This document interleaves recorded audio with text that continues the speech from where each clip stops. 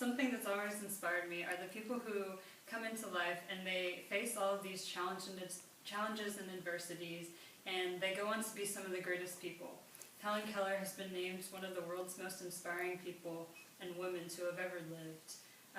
Despite challenges of all kinds, she was a world-renowned activist, a reformer, and a symbol of hope for people with disabilities everywhere. Helen Keller was born on June 27th of 1880 to her parents Arthur H. and Catherine Adams Heller. She was born and raised in Tuscumbia, Alabama, along with her two older stepbrothers.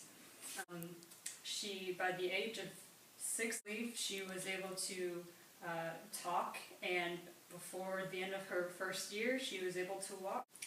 Unfortunately, tragedy struck in 1882 when she contracted an illness. The family doctor referred to it as brain fever, and although the illness is unknown today, doctors and experts believe that it was either scarlet fever or meningitis. A couple days into the fever, her mother noticed that Helen was not responding when the dinner bell rang, and she would not react if someone waved a hand in front of her face. They found out that Helen was blind, deaf, and mute. She was only 1.5 years old. Helen's life became very difficult. She noticed that she was having trouble expressing her feelings and her emotions to her family. She would go into tantrums, she would kick and scream, and it became really hard for her. Her only friend was the family cook's daughter named Martha.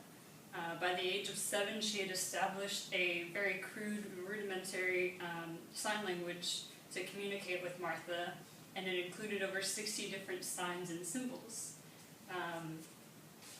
So her parents were so concerned, and they wanted a better life for her child and to rein her in, because she was very uncontrollable. So a couple years later, in walks the most important woman in Helen Keller's life, and that's Anne Sullivan. Anne was a recent graduate of Perkins Institute for the Blind, and she moved on to the Keller's cotton plantation in order to work more closely with Helen. The year was 1887, and little did either of the two know that this was the beginning of a 49-year relationship between the two. At first, things were rough. Every day, Anne would take Helen outside and give her different objects to touch and feel, and then try and spell the name of the objects out into her hand in sign language. But Helen just didn't get it. Things just weren't connecting until finally one day, everything just connected, and it changed Helen's life forever. They were out by the family's water pump in the backyard, and Helen had her hand under the water pump, and Anne pumped some water over it and spelled out into her hand W-A-T-R. Helen understood and signed back to her. This is the very beginning of the rest of her life.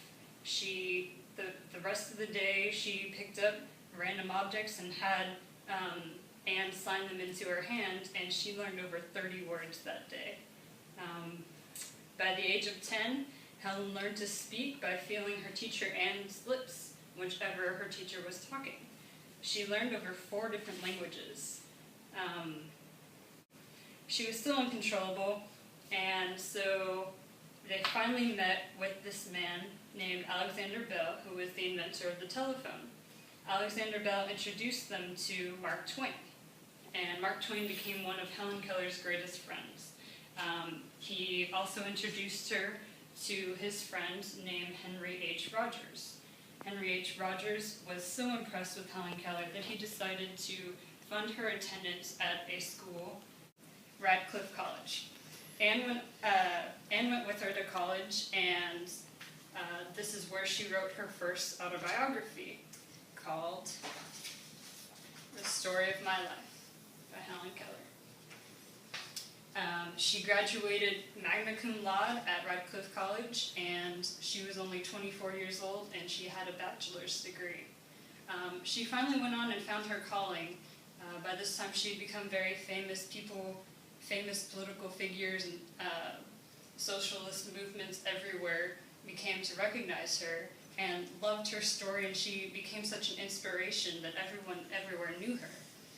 She became an activist for women's rights, women's suffrage, birth control, all of the major issues at that time. She took a stand and helped people either with disabilities or women in general and fighting for their beliefs. She went on to found Helen Keller International and the American Civil Liberties Union in 1920. She was a strong supporter of Eugene V. Debs, who was a socialist working to gain the presidency at that time. Between the years of 1946 to 1957, Helen traveled across 5 different continents, giving speeches in 39 different countries, and inspiring people everywhere with her words. President Johnson gave her the Presidential Medal of Freedom in 1964, and she was inducted into the Women's Hall of Fame a year later. She gained 6 honorary doctoral degrees in over 6 different countries around the world. On June 1st, 1968, Helen Keller died in her sleep at the age of 88. She became an international hope for all, those with disabilities and those without. She was remembered for her determination and inspiration during the face of adversity. She wrote a book named The Simplest Way to Be Happy, and one of her quotes was, "A happy life consists not in the absence, but in the mastery of adversity." Thank you.